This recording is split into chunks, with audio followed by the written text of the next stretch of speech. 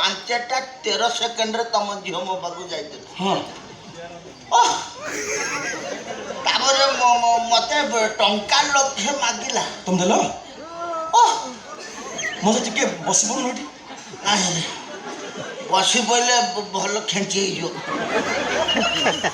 ମୁଁ କହିଲି ଝିଅ ପିଲାଟା ଲକ୍ଷେ ଟଙ୍କା ଆଗରୁ ନେଇଥିଲ ଦେଇନ ଦେବି ନାହିଁ। ହଁ ଠିକ କଥା କହିଛ। ତାପରେ ଝିଅଟା ମୋ ଗୋଡ଼ ମାଡ଼ି ବସିଲା। ହଁ ଆଉ ମୁଁ ତ ଟିକେ ଦୟାର ଦଶମ ଅବତାର ମୋର।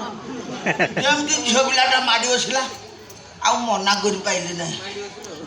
ଦେଲି 50,000 ଦେଲି। ହଁ ମାସେ ତମ ଟଙ୍କା 50,000 ତମେ ଦେଲି। ଫୋନ କଲନି? ଗୋଡ଼ ହାତ ଧରିଲା କାକୁତି ମିନତି ହେଲା ଦେଲି।